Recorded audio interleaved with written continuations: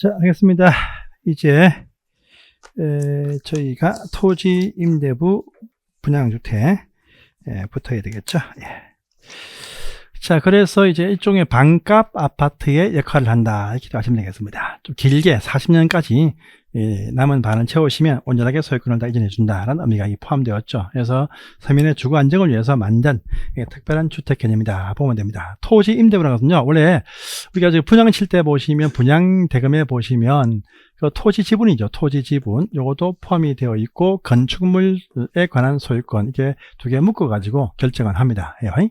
실제 보시면 건축비도 좀 셉니다. 세지만은 이 토지에 관한 그 위치마다 토지에 대한 금액이 더 차이가 날 수 있습니다. 지방에서는 토지값이 좀 더 3분의 한 5분의 한 2, 건축비가 5분의 3. 근데 서울 같은 경우는 토지대가 보시면 5분의 3, 건축비가 5분의 2 이렇게 바뀔 수 있습니다. 있는데 보통 반반 보고요. 반반 보고 일단은 토지에 대해서는요. 일단 당장 소유권을 취득하는 토지는 장기 임대합니다. 장기 임대. 요 장기 임대래요. 토지는 장기 임대하니까 당연히 임대료를 지급하면서 이제 건축물에 대해서만 요것만 소유권 분양을 해가지고 요거 먼저 취득을 딱 해놓으면 요 나중에 중간에 팔 수도 있지만 일정 기간 거주를 해야만이 팔 수 있다. 거주를 못하면은요 요 분양을 하는 공공사업자한테만 대판다라는 그 제한도 있지만 일단 기본 원칙은요, 이 토지는 장기 임대인데 장기라는 것은 40년까지 요 기간까지 장기간 임대를 하겠다. 임대하니까 임대료 내야 됩니다. 내야 되고 주택에 대해서만 소유해가지고 토지 월세로 해가지고 30만원, 40만원 내면서 이제 다 뭡니까? 토지에 대한 그 부분도 계속 할부로 갚아 나갈 때 월세도 다운되고 이제 나중에 다 일체로 소유할 수 있게 된다라는 의미가 포함이 되었죠. 그래서 이 토지에 대해서는 사업을 시행한 자, 즉 민간 또는 공공 시행자들이 계속 소유권을 가지고 임대하면서 건축물과 상가 등의 복리시설 이것만 이제 소유권을 주택한테 분양을 하는 형태다 이렇게 하시면 되겠습니다. 그러니까 이 토지 임대차 계약을 체결합니다. 하게 되면은 안전한 주택의 소유를 위해서 이 토지 임대차 계약이 물권화 되어가지고 지상권 설정으로 간주해서 물건처럼 이렇게 취급을 해준다라는 부분이 있습니다.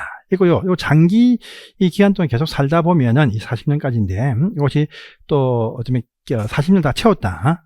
그러면 아직까지 임대료를 다 못 갚았으면 이 75% 이상의 주택 소유자들이 동의하면 자동적으로 갱신이 되어진다. 라고 합니다. 갱신되어도 토지 임대부가 원칙인데 갱신되어도 40년까지 추가 갱신인데 이때 보시면 갱신하지 않고 또 일체형으로 그 뒤에 남은 금액을 다 줘가지고 일체형으로도 바꿀 수 있다 등의 그런 내용이 나옵니다. 쭉 나오죠. 쭉 나오고 이 부분에서 이제 토지 임대차 계약을 체결하면은 지상권 설정이 되어서 안전하게 물건처럼 간주가 되어진다. 또 월별 임대료라고 하는 임대료는 토지에 대한 임대료는 내야 된다라고 합니다. 또 이것을 월세로 되지 않고 만약에 건물 소유권이 2억이고 토지 소유권이 2억인데 요 2억을 다 토지에 대해서 월세만 내면 금액이 좀 크다 보니까 요거를 1억 벌어서 월 임대료 해가지고 이렇게 보증금 형태로 또는요 1억 전세 이렇게 해서 전환을 했어도 납부할 수가 있다라고 합니다. 합의만 되어시면 이게 1년 1억 이렇게 전세금 형태로 토지 이렇게 해서 설정을 할 수도 있다. 바로 요 말이 있고요. 요것은 말입니다. 청약할 수 있죠. 청약인데 주택 임대차 보호법처럼요 2년마다 한 번씩 토지 임대료 청약도 될 수가 있다라고 합니다. 근데 그 뒤에 우리가 앞에 배우실 공공 또는 민간 임대 주택에 가시면 1년에 한 번씩인데 요건 토지 임대부는 보통의 토지 건물 임대처럼 2년에 한 번씩 이렇게 청약을 할 수 있다 그런 부분이 있습니다. 그러면서 또 40년이 딱 되어서 요 재건축에 필요해. 다 완납을 하지 않은 상태에서 재건축에 필요할 때는 집합건물법이 있습니다. 집합건물법 가보시면요 재건축을 위한 집회 결의 비율이 5분의 4인데 이 5분의 4, 5분의 4 이것들이 동의하면 이것이 땅 시행사, 땅 주인의 동의 없다 해도 건물 소유자들의 5분의 4 등이 동의하면은 이것도 뭡니까? 이게 재건축도 될 수 있다. 라고 하는 부분도 있습니다. 있어요. 이 경우에 땅 주인은 거부할 수 없다. 받아 수용해서 재건축을 해야 된다. 5분의 4가 동의하면 요 기한 전에 30년 딱 지나고 재건축도 가능하다라는 의미가 포함이 되었죠. 토지 임대부 분양주택. 이 내용이 사실 다입니다. 이 내용이 다인데 별거 없습니다. 다인데 조금 더 한 3줄만 더 추가하면 전체적인 다 나왔습니다. 그래서 이 내용들이 또 한 문제로 시험에 잘 뜨니까 이것도 체크를 해두세요. 그러면서 주택 상환 사채 이것도 이제 주택 자금에서 제일 중요한 상인데 이것도 이번 시험에 한 문제로 딱 나왔습니다. 나왔고 이것은 7년 동안 한 4번 나왔습니다. 4번 나왔으니까 이것도 아주 절개 잘 나오는 파트입니다. 이건 뭐냐면 시행사분들이 말입니다. 시행사. 우리 토지공사 LH는 이 발행을 거의 안 합니다. 발행을 거의 하지 않고 주로 이 시행사들이 발행을 주로 많이 한다. 시행사 민간 사업자가 주로 발행을 하는 경우가 있습니다. 이 토지에 대해서는요, 이 사업을 시행하려면 땅값의 10%는 기본, 요즘은 전체 사업비에 말입니다. 20% 이상의 자본이 없으면요, 아예 사업을 못하는 상황입니다. 그래서 전체 만약에 토지값이 1,000억이다. 그런데 이 또 건축비가 또 한 3,000억 좀 포함되면 4,000억인데 4,000억에 20%면요 800억이죠. 800억 정도의 기본 출발이 되어야 많이 이 사업을 할 수 있게 금융에서 제한을 많이 합니다. 하다 보니까 이 시행사들이 그 800억이라는 돈 들고 하는 시행사는요, 한국에 몇 개 없습니다. 보통 보시면 몇십억, 한 3, 40억 딱 돈 모아놓고 이 돈 가지고 이제 땅에 대한 계약금만 딱 쳐가지고 이렇게 하는 경우가 참 많았는데, 지금은 강화되다 보니까 시행사들이 토지도 매입해야 되고 기타 뭐 각종 설계도 해야 되고 각종 어떤 용역도 맡기고 할 게 비용이 많이 듭니다. 이런 비용에 대해서 초기 자본이 없다 보면 이 자본을 외부에서 투자단들한테 돈을 빌리는 순간부터 사업 지분이 뺏기죠. 그 당신들한테 에코티라 부르는데, 기본 출발 자금에서 우리가 뭐 당신 10%를 채워주겠다. 10% 채워주는 대신 사업 이익은 30% 달라, 50% 달라, 또 시공권을 달라, 뭐 달라, 막 요거가 엄청합니다. 엄청하니까 아사리. 이 장소가 좋아서 이 장소에서 입주를 원하시는 분한테 널리 홍보해가지고 입주 대금을 미리 주시면 우리가 그 돈 가지고 토지도 매입하고 건축비용 투입합니다. 이렇게 해버리면 뭐 땅이 뭐 도봉동 있으면 안 하겠죠. 근데 강남에서 만평이 딱 나왔어. 만평을 계약금만 딱 치고 이 사업자가 홍보를 딱 하면요, 막 경쟁률이 또 한 30대 1, 5대 1 먼저 내겠다 하는 사람이 있어요. 이 경우는 미리 돈 내기 때문에 좀 싸겠죠, 그죠? 미리 딱 지금 시점에서 뭐 나중에 한 3년 동안 사업 준비해가지고 공사하는 기간 포함해서 한 뭐 6년 걸린다 해도, 그 뒤에 뭐 집값이 배로 뛴다 해도 지금 시가에서 만약에 싸게 우리가 지금 돈 내시면 이 돈대로 해서 집을 주겠다. 이렇게 24평에 12억이다. 강남에. 그럼 지금 싸거든요. 12억 싸다. 뭐 10억이다 하면 싸니까 뭐 돈이 좋다. 우리가 미리 뭐 계약금 조례해가지고 뭐 한 뭐 2억씩 내고, 그 다음에 1년 뒤에 또 2억 내고 하겠다. 이렇게 나올 수 있습니다. 이런 식의 자금을 모아가지고 시행 자금을 쓰겠다라는 의미가 포함되었죠. 그래서 이런 민간 사업자 중심으로 해가지고 그 시행 자금이 필요할 때 이 마음대로 못합니다. 그 계획을 세워서 이제 국토교통부 장관한테 승인을 받아야만이 이것을 발행해서 돈을 모집을 할 수가 있다. 이렇게 또 아시면 되겠습니다. 근데 할 때 마음대로 못합니다. 우리가 민간 시행 사업자들 보시면 개인 사업자도 있지만 개인 사업자는 못합니다. 그래서 이렇게 토지 상환채권, 주택 상환사채를 발행해서 사업자금을 미리 모을 수 있는 사업자들은요, 법인 사업자만 가능하다. 되어 있고요. 또 법인 사업자 등록할 때는 자본금이 3억이지만 요 시행사업 시행 자금을 모집하는 이런 식의 법인 사업자는 자본금이 5억 이상이 필요하고 각종 어떤 요건도 필요하고, 또 최근 3년간 연평균적으로 300세대 이상 시행 실적이 있는 사업자들이 안에서만 승인받고 발행할 수 있다. 그런데 이 발행을 해서 돈을 미리 모집을 했지만은 이 사업자가 또 망할 수도 있습니다. 망할 수 있으니까 망할 때를 대비해서 뭡니까? 보증을 받아야 된다. 보증을 받아야 됩니다. 각종 어떤 금융기관의 보증을 받아야만이 발행할 수 있다. 사업자가 망해도 이 보증이 있으니까 이 발행한 4천은 계속 유효하다가 이번 시험 답이었습니다. 이 효력을 상실한다, 아니다, 유효하다. 이게 답이었습니다. 이와 같이 이 보정 때문에 4천은 계속 유효하다. 이렇게 흘러가서 이 미리 사전에 시행 자금을 모집하기 위한 하나의 방책이다. 이렇게 아시면 되겠습니다. 그래서 이 4천은 말입니다. 아까 저희 배웠죠? 주택 상환 4천은 양도할 수 없다를 배웠습니다. 양도할 수 없다. 이것도 우선 지위니까 그 사업자 주택에 먼저 입주할 권리가 줍니다. 그러니까 이건요, 발행을 하면은 발행회사 만약에 무슨 GS자이다. 근데 보시면 권리자가 누구냐? 홍길동이다. 해가지고 기명정권으로 발행을 한다. 그리고 양도할 수 없다. 양도할 수 없다가 기본적인 원칙인데 양도할 수 있는 경우도 있습니다. 다음에 배우시고요. 또 이 큰 회사죠. 뭐 GS 차이 같으면은 우리 24평에 8억이다. 해도 뭐 좋다 합니다. 근데 이름도 없는 한화는 크지. 한화건설이다 하면 이름도 없어. 그러면요, 이 사업 그 8억이면 안 되겠죠. 우리는 할인해가지고 뭐 7억 해주겠다. 이게 할인도 할 수 있다. 할방법으로 발행을 할 수 있다. 바로 그 얘기입니다. 그이고요. 아까 보증이죠. 보증. 이 보증이 있으니까 사업자가 뒤에 어떤 다른 사유로 사업자 등록이 말소가 되어도 4천은 계속 유효하다. 이번 시험 답이었습니다. 이렇게 해서 등장을 하고 있고요.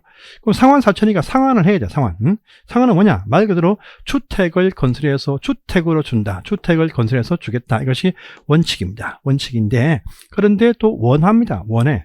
본인들이 원한다. 그럼 이자 붙여가지고 현금으로 상환도 할 수 있습니다. 이자는 붙여줍니다. 이것도 가능합니다. 그래서 보시고 이 상환 기간은 3년, 발행했으면 발행일부터 3년을 넘을 수 없다. 3년이 입주가 아니고 주택 분양 계약 체결, 공급 계약 체결일까지가 3년이면 된다. 라고 하는 부분이 있습니다. 지금 발행해서 사업을 준비해서 땅을 사가지고 사업계획 승인 받아가지고 이 사업계획 착수와 동시에 이제 분양을 칠 때 그 분양 계약서의 계약 날인 일자가 3년이 넘지 않게 해주면 된다라고 합니다. 그래서 보통 이렇게 발행하면 마음대로 못 씁니다. 신탁에 딱 예치해서 신탁 항목들만 딱 집행하게 됩니다. 그래서 토지 매입 비용, 건축 비용 이렇게 항목들을 하니까 마음대로 전가할 수 없다. 이렇게 또 아시면 돼요. 상환기간.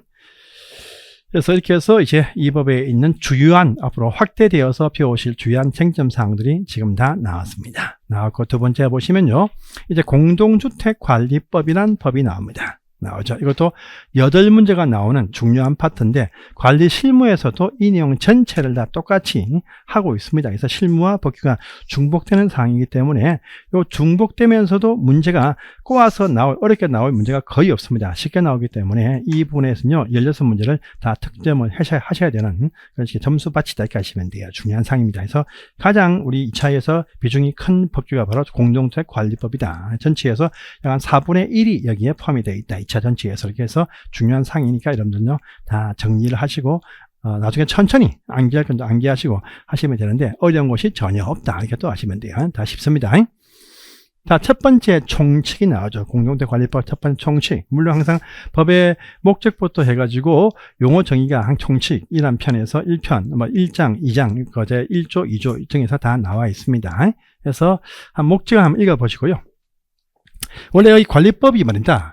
제가 강의 처음 할 때는 다 주택법에 포함이 되어 있었어요. 포함돼가지고 제4편 해가지고 주택의 관리편 해가지고 있던 사항이 분리되면서 아주 내용을 더 집어넣어가지고 확대되어서 이렇게 나왔다 하시면 돼요. 분리된 지가 지금 한 9년, 10년쯤 됩니다.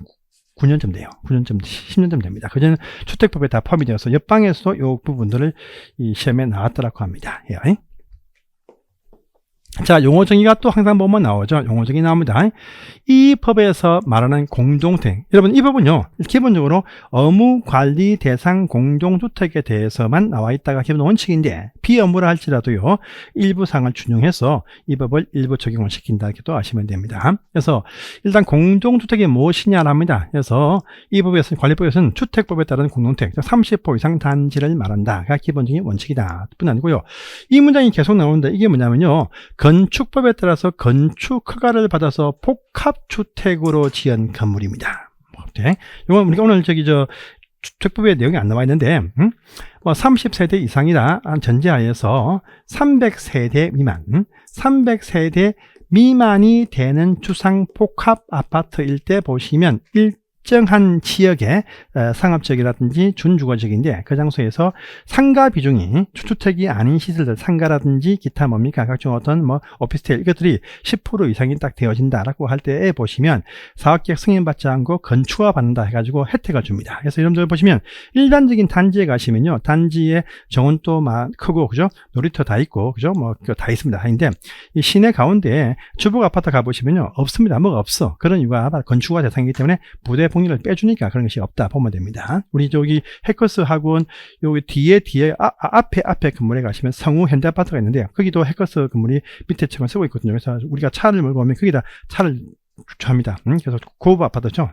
현대성업 강남 이 코너에 있는 고급 아파트인데 거기다 차는 딱 됩니다. 항상 차는 제일 좋은 아파트에 차는 딱 주차하면 공짜로 다 주차합니다. 그래서 나올 때마다 차 대놓죠. 그 대놓고 그냥 지하철 타고 왔다 갔다 일합니다. 이러는데 그 가보면 밑에 가보면 차들이 전부 다 좋은 차들 있습니까? 벤츠부터가 차들 쫙 있습니다. 그 사이에 딱 꼽아놓고 저는 차가 좀 안 좋아도 다 딱 꼽아놓고 있으면 나올 때 어깨 한 패고 나오죠. 이 아파트 사는 양 싶어가지고 근데 나와보면 아무것도 없어요. 딱 그것만 있고 해커스 상가 해커스 있으니 상가 거기 아파트 빼놓고 하나도 아무것도 없어요. 경비실도 잘 안 보이고 보면 어린이 놀이터 당연히 없죠. 아예 없어요. 아예 없어. 이런 식의 아파트다 보면 됩니다. 이것도요, 이 50호 이상일 때 보시면 경력이 인정이 되어지고, 이것도 150세대 이상이면 의무적으로 소장님을 배치를 하게 되어 있습니다. 있어요. 그 다음에 보시면요, 입주자 공유, 입주자들이 공유하고 있는 부대복리시설 여기에 포함이 됩니다. 근데 입주자 공유가 아닌 그냥 분양상가는 관리 대상에 포함이 안 된다라는 의미가 포함이 됐죠. 입주자 공유가 아닌 부대시설과 복리시설, 우선 상가, 이것들은 관리 대상에 포함이 안 됩니다. 그러니까 아파트 상가들은요, 자기들끼리 별도로 관리하죠. 청소도 잘 안 해놓고, 화장실 문 항상 잠궈 놓고, 그죠?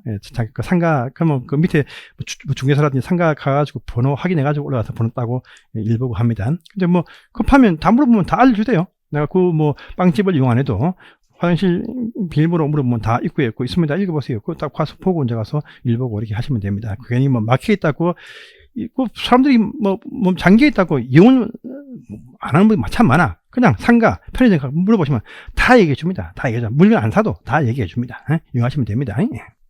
자, 그래서 이제 이거죠. 두 번째 참 중요하죠. 의무 관리 대상 공동주택이 있습니다. 여기는요, 해당 관리 주체를 반드시 세워가지고 관리를 해야 되는 의무 관리가 있습니다. 참 중요한 사항이죠. 우리가 주로 거의 저희들 소장님들 그 정을 따시면 거의 90% 이상은 여기다 근무하십니다. 이런 단지가 전국에 한 2만 개 정도에 육박해서 있고 계속 매년 나오기 때문에 앞으로 더 많아집니다. 이렇게 제 헌에 빠진 그냥 우리가 앞으로 일을 하실 의무 관리 대상 공동주택이다 합니다. 기본 150세대 이상이 딱 되어야 됩니다. 되면서, 자, 일단은 뭐, 단지 구성 내부를 묻지 않고 300세대 이상이 딱 되어지면요, 반드시 배치를 하게 되어져 있습니다. 그래서 자치하든 위탁하든 소장님을 배치해야 됩니다.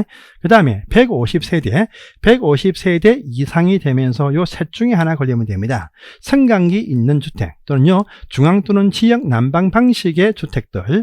그 다음에 보시면 아까 봤듯이 300세대 미만 되면서 건축법에 건축과 받아서 지어진 복합주택도 여기에 주택이 150개 이상이면 업무적 관리가 필요하다고 합니다. 그래서 이건 업무적으로 무조건 소장님들 배치하게 되어 있습니다. 그러면서 150세대 미만 또는요 승강기 등이 없는 중앙집중도 아닌 300세대 미만 비의무인데 비의무, 이 비의무라 할지라도 입주자 등 전체의 3분의 2 이상이 우리도 관리해보자 라고 의결을 하게 되면 그때부터 이제 자동적으로 관리 대상에 포함이 되어진다 해서 의결을 해서 신고가 딱 되어지면 관리법에 의해서 제한을 받게 된다. 이렇게 또 아시면 되겠습니다. 되고요.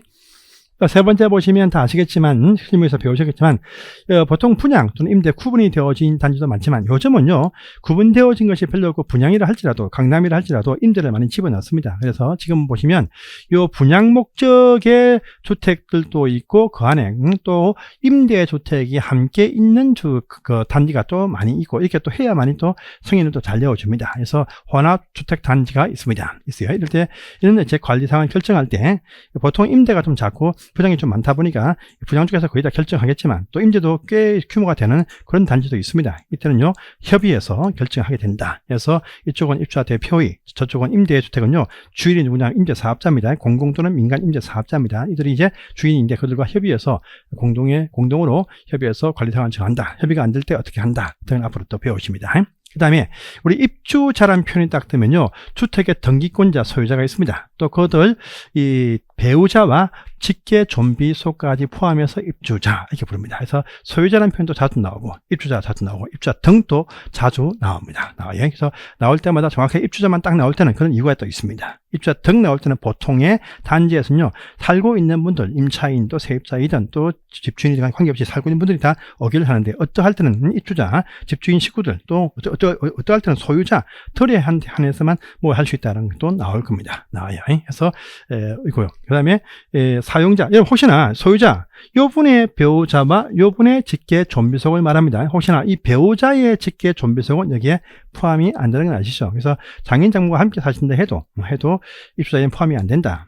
또 이 부인 명의인데 남편 시아버지가 살고 있다 해도 시아버지가 여기에 포함이 안 된다. 소유자의 좀비속, 소유자의 배우자가 됩니다. 소유권자가 누구냐 해서 나중에 어깨 파워가 엄청나게 차이 난다. 함부로 소유권을 부인 명의로 사업을 하시는 분들은 혹시나 뭐 사업이 실패할 때를 대비해서 할 수 있죠. 까진 좋은데 뭐 사업이 실패돼 가지고 만약에 우리 이혼 잠시 그 형식상 이혼만 하다가 큰일 납니다. 그죠? 바로 잘라버리죠. 그죠? 그죠? 그래서 바로 잘립니다. 그러니까 절대 부인하고는 함부로 이혼하시면 안 됩니다. 그러니까 재워놓은 돈이 따로 부인이 모르는 돈이 많으신 분은 몰라도 그러지 않으신 분들은 부인께서 뒷주머니가 항상 있다는 거 아시고 그 뒷주머니 나중에 진짜입니다. 진짜 안 되면 제가 힘들 때 있었습니다. 강의 초반에 다 힘들 때 저희는 말입니다. 보증금 2천만 원에 월세 80만 원 가지고 출발했습니다. 진짜입니다. 제가 저기 제 처와 지금 근데 그 동네에 살다 보니까 제가 처음에 이제 좀 옮겨서 딴 동네에 살아보자고 했는데 자기가 그쪽에서 태어났으니까 또 커 놓으니까 나올 생각을 안 해. 지금 한 번씩 후회합니다. 제 말대로 이쪽을 하다 보니까 저희 정보망이 있다 보니까 어디 가서 일단 찔러놓고 대충 끼워놓고 올라가겠다. 올라가거든요. 몇 분 있습니다. 삼성도 있었고요. 저기 몇 군 있었어요. 삼성하고 저기도 강동도 있었고 몇 군데 일단은 지금 현재 이해까지 갈 수 있다 해가지고 가서 금융 대출 좀 깨가지고 가보자. 제 말 듣고 왔으면 지금요 따따블 버렸습니다. 따따블에 따블 버렸어요. 그런 말 강사가 이런 말 하면 안 되는데. 이런 말 하면 안 되지만, 어쨌든, 정보의 활용은 좀 필요합니다. 예. 그 다음에 사용자라는 표현 쓰면요, 사용자.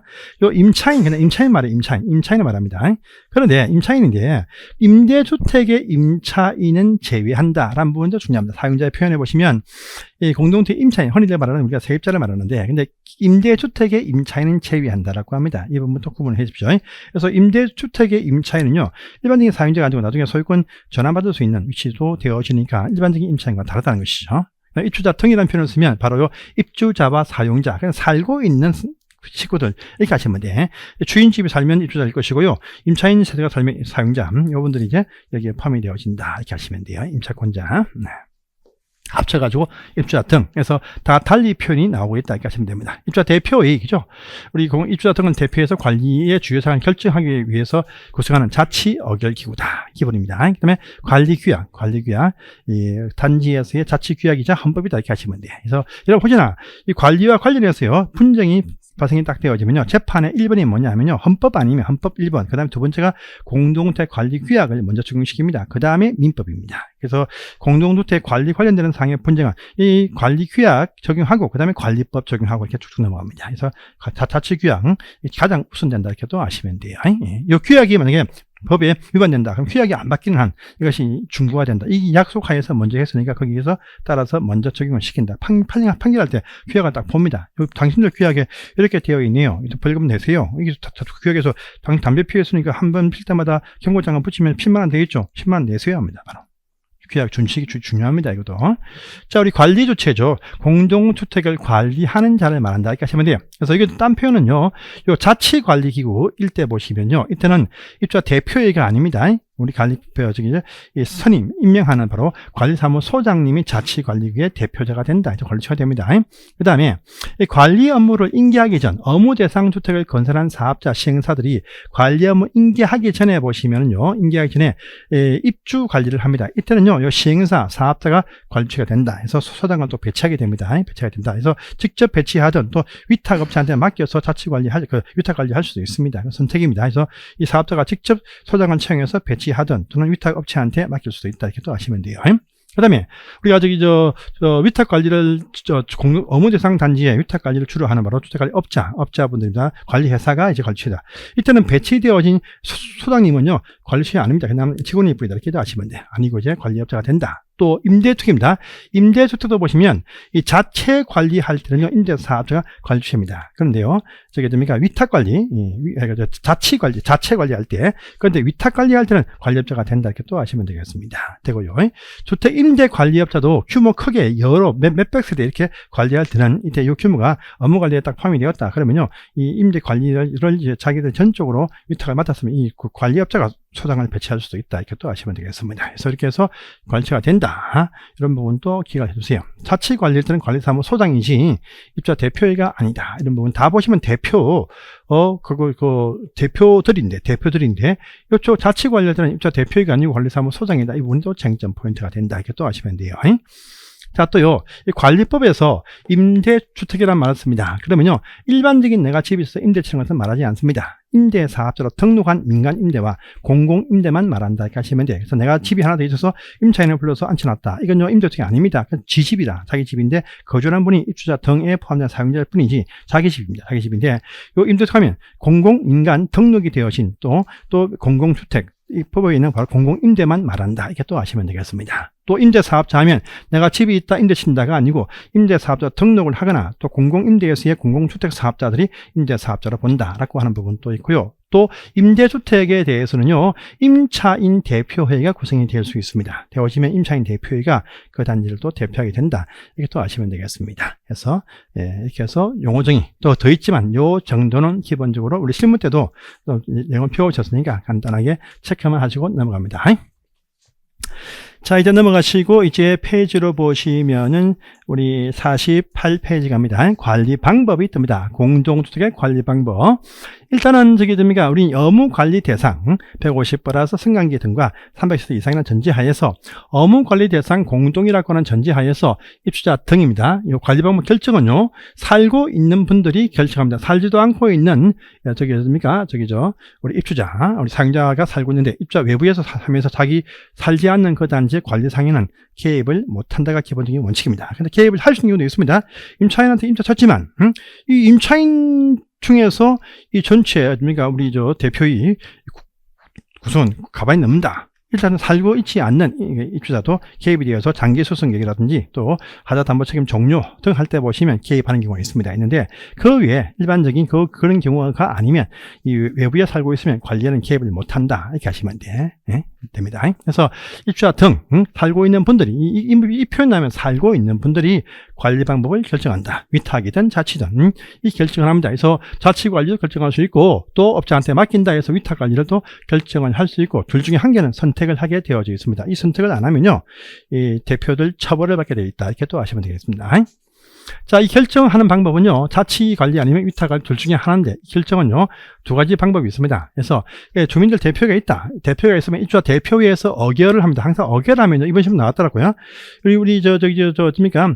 집합건물의 그 법에 가보시면 관리단에서는요, 서면 어결 등을 다 할 수 있어요. 우리 주민들한테 어결 물을 때도 서면 어결 할 수 있습니다. 그런데요, 이 주민들 대표회 있죠, 대표회, 관리위원회 또는요, 입주자 대표회는요, 서면 어결 못 합니다. 반드시 재적수가 출석을 해가지고 어결을 딱 해야 됩니다. 그래서 전체 재적의 과반수로서 기본적인 결정을 다 한다가 기본 원칙입니다. 3분의 1도 있고 있지만 일단 원칙은 과반수가 이제 어결로서 직접 출석해서 제안을 해서 서면 어결을 못합니다. 서면 대리를 못해요. 이 어결로서 제안을 어결해가지고 이 상황 제안을 딱 합니다. 하면 주민들이 전체 입주자 등 과반수에 찬성하는 방식으로 결정하거나 또는요, 대표회가 안 해도 전체 입주자 등 10분의 1 이상이 사인해가지고 제안합니다. 이 제안상 가지고 전체 입주자 등의 과반수에 찬성하는 방식으로 이제 결정을 하게 되어 있다. 자치인지 위탁인지 또요, 이 변경할 때도 똑같다 합니다. 보통은요, 위탁에서 관리 자치는 잘 안 합니다. 자치하다가 힘드니까 위탁으로 많이 변경하는 경우가 발생하죠. 그래서 제가 강의 처음 할 때만 해도요, 전체 단지에서 5분의 1 이상이 자치 관리였습니다. 근데 그 사이 10한 5년 사이에 거의 대부분이 위탁으로 싹 다 바뀌었죠. 그렇게 되어가는 실정입니다. 단지에서 아주 진짜 이 대표 임원들요 2년 플러스 2년 외에는 더 못하게 되어 있죠. 장기 직군이 가능할 때는 내 단지에서 말뚝을 묻겠다 해가지고 하는 분이 있습니다. 지금은 4년 외에는 못하죠. 못하니까 이제 자치할 의미가 별로 없죠. 그런 분이 강권적으로 단지를 지휘하는 그런 분들이 있습니다. 분명히 단지 주인양 행사하면서 관리사무소 행사하는 분이 있어요. 그 행세도 2년 플러스 2년 또 2년 하다가 잘릴 수 있습니다. 있으니까 장기 집권을 못하다 보니까 이제 자치 의미가 별로 없고 위탁으로 바뀐다. 이렇게 또 아시면 돼요. 근데 진짜로 단지를 위해서 청렴하게 잘 하는 분이 있어. 그러면요, 그 동별 대표자에서 후보자 안 나오게 하면 안 돼요. 안 나오게 하면 계속적으로 지가 또 나와가지고 계속 평생 집권할 수 있습니다. 진짜로 잘할 때. 또 회장은요, 우리 동별 대표자는 2년 플러스 2년, 2년 플러스 2년밖에 안 되지만, 그죠? 중임 한 번. 근데 대표 회장은 2번 하든, 10번 하든, 상관이 없어. 없다 보니까 잘 관리하는 그 동에서, 우리 라인에, 103동에 302호, 아저씨가 너무 잘한다. 그럼요, 다들 입소문 쫙 나면요, 계속적으로 후보자 안 나오면서 다 장기 집권 할 수 있습니다. 그런 단지 외에는 자치 관리가 힘들다 이렇게 하시면 돼요. 그래서 자치 관리 할 수 있어요. 있습니다. 자, 요 상이 딱 나오니까 하나 딱 이렇게 딱 하려고 한다. 라고 해서 하나만 더 보겠습니다. 우리 관리 방법 결정이 보시면요, 이렇게 하려고 합니다. 일단은요, 업무 대상, 업무입니다.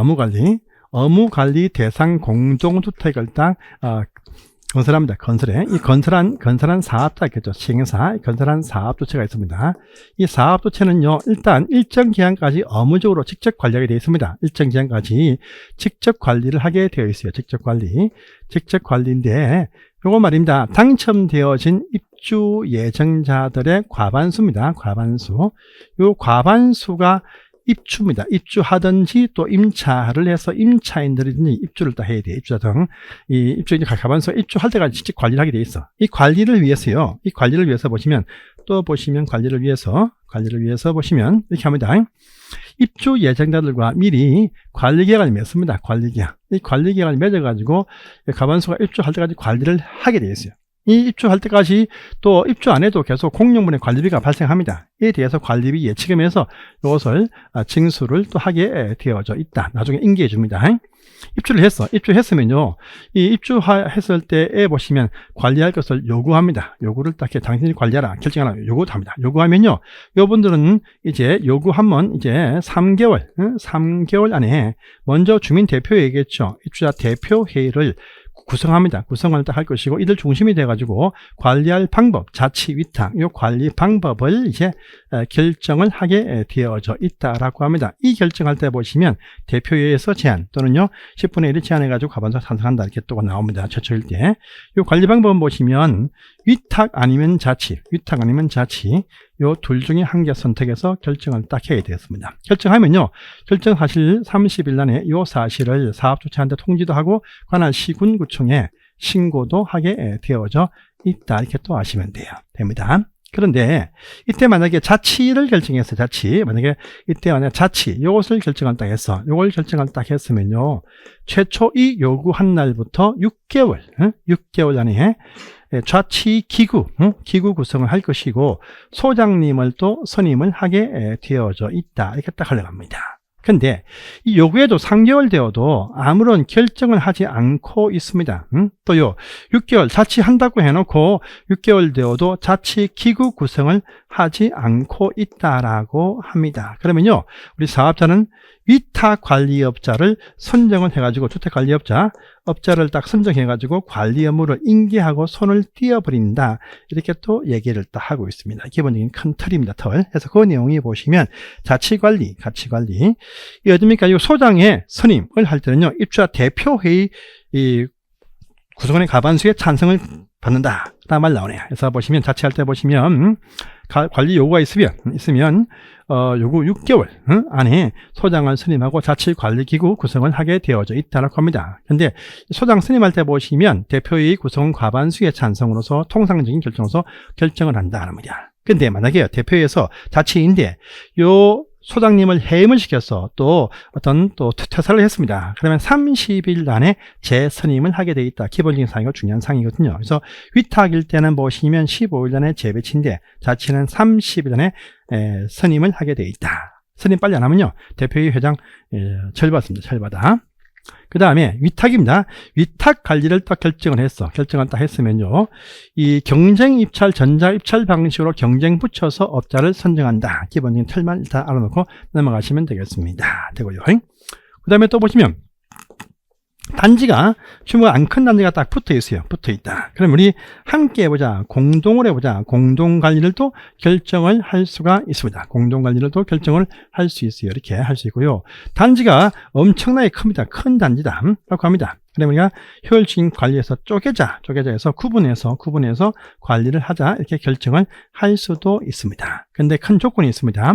구분할 때는 말입니다, 이 한 구분되는 단위별로 최소한 500세대 이상은 될 때 한해서 구분을 할 수 있다. 최소한 2개 쪽이면 1000세대 이상, 3개면 1500세대 이상 돼야 되겠죠. 그 다음에 공동을 할 때도 2개 합합니다. 합쳤을 때 1500세대 이하가 돼야 된다. 이게 기본적인 원칙입니다. 원칙. 이것만 알고 이제 넘어가시면 되겠습니다. 그래서 이렇게 해서 공동관리와 구분관리, 대표회의에서 결정하는데 당연히 주민들한테 과반수의 동의받아야 결정할 수 있다. 이렇게 하시면 되고, 요 상세한 내용들은요, 또 우리 앞으로 찬찬히 해서 배우시게 된다. 공동 묶어서 하거나 또 쪼개서 한다. 우리 묶는 거를 좋아하시면 안 됩니다. 우리 일자리가 하나씩 없어집니다. 쪼개면요, 일자리가 하나, 둘, 셋, 네 개씩 팍팍 늘어나 있죠. 쪼개라 이렇게 기원해야 됩니다. 그래서 헬리시오트 있죠. 수축의 문제야. 축에 9,980세 됩니다. 근데 6구역으로 쪼개져 있어요. 근데 구분 관리 안 했습니다. 한 명의 총괄 소장, 부소장님들 쫙 배치되어서 450만 원씩 받습니다. 다 알거든요. 총괄 소장님은 660만 원 받고요. 아는데 저걸 구분 관리 태가 쪼개야 되는데 안 쪼개더라고. 그러면 이제 총괄 그 구분된 단위별로 다 이 관리사 사무소가 있습니다. 그래서 쪼개면 되는데 참 희한하게 안 쪼개네요. 그 임금이 몇백이죠. 몇백 아끼려고 안 쪼개더라고. 회계 등이 한 2명이서 다 함께 하거든요. 하다 보니까 안 쪼개는 경우가 있습니다. 있는데 이번에 저기죠. 아마 앞으로 쪼갤 거면 쪼갤 거고, 그 다음에 어디가 저기죠. 강동에 진영 만 3세대. 그거는 뭐 한 10개로, 그죠? 쪼개가지고 1300세대. 10개만 해도 1300세대 아닙니까? 짝짝 쪼개야 되겠죠. 쪼개가지고 일자리 10개 창출하고, 이렇게 일자리 창출. 그걸 하겠다라고 했으면 처음부터 승인 빨리 내어줘. 그죠? 뭐, 우리 쪼개면 이 안에 단지 여기 근무하는 인력이 1000명이 일자리 창출된다. 그러면 뭐, 이 구청에서, 강릉 구청에서 막 좋아라고 박수 치겠죠. 막 칠 건데, 저 모양이니까 알아서 싸우세요. 여기죠. 싸우세요. 당줄 피해니까. 지연되고, 그렇게 하고 있습니다. 자, 보시고요. 관리 이관, 아까 있죠? 사업자가 직접 관리를 하고 있습니다. 이따가 이제 빨리빨리 안 한다. 그럼 직접 업자 불러서 이관해버리고, 또 소장 선임했다. 또 자치 업자 선정했다. 그러면 그때부터 한 달 전에 다 관리 업무를 이관을 해버린다. 그래서 가번성 입주할 때 관리를 쭉 해주다가 요구했습니다. 했을 때 이제 요거보다 3개월 내에 아까 대표회의 구성하고 나서 관리 방법을 결정해야 된다. 해야 되는데 밑에 업무 인계돼 있죠. 근데 그 회장님이 이제 관리 업자를 선정했다. 통지를 딱 해줍니다. 또요 자치이다. 자치관리기구 소장 선임하고 구성을 했다. 또 세번 관리업자 선정이 되었다. 그러면 다 업무를 이관을 해버린다. 1개월 내에 이관을 해버린다. 이렇게만 아시고 지금은 넘어가십시오. 자, 7번 사항은 뭐냐? 비업무입니다. 비업무. 업무가 비업무에서 업무로 전환되어진다. 비업무에서 업무로 전환이 딱 되어질 수 있습니다. 비업무에서 업무로 갈 수 있습니다. 이 입주자 등이 다 결정을 딱 해야 돼요. 이 결정은 3분의 1에서 결정을 합니다. 3분의 1에서 결정합니다. 결정이 딱 되어지면 결정일로부터 30일 안에 전환 사실을 신고를 해야 돼. 근데 관리인이 이제 결정이 되어지면 이분 잘리죠. 종계는요, 관리사 자격증이 없어도 관리소장님들이 많습니다. 여기, 어딥니까? 강남 가보시면요, 다, 그냥 정기과장님은 다 그냥 일반 규모 작은 아파트에 소장했습니다. 했는데, 업무단장으로 넘어가면요, 주택관리사가 들어와야 됩니다. 사고 와야 되니까 이 사람 잘릴 수 있어요.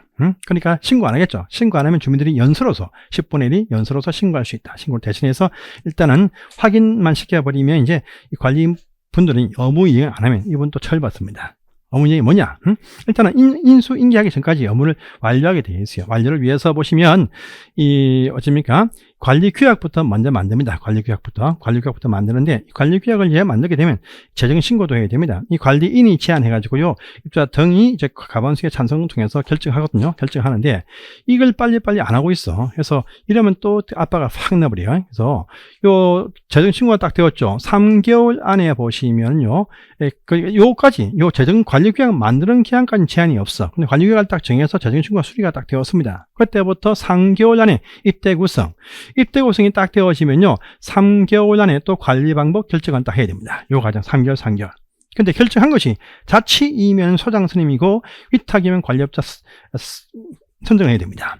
근데 이때는 보시면 어딥니까? 여기 관리 방법 결정일로부터 몇 개월이 아니고 최초 입대 구성 신고 수리일로부터 6개월 안에 업자 선정과 소장 선임을 하게 되어져 있다. 한 3개월, 6개월 나중에 정리하시면 쉽게 알 수가 있습니다. 그래서 지금은 이렇게 흘러가구나. 3분의 1에서 결정한다. 신고 안 하면 10분의 1이 연서 신고를 해버리겠다. 요 정도만 알아두셔도 됩니다. 그래서 이렇게 쭉 흘러간다. 이렇게 해서 보시면 되겠습니다. 자, 넘어가시고 이제 입주자 대표회의, 주민 대표회의가 등장을 합니다. 대표회의. 자, 그래서 이제 대표회의 부분은 또 말이 조금 더 설명이 좀 필요하니까 이것은 이제 다음 주에 하고 오늘은 여기까지만 하는 걸로 하는 게 어떻겠습니까? 네, 그렇게 하겠습니다. 자, 수고하셨습니다.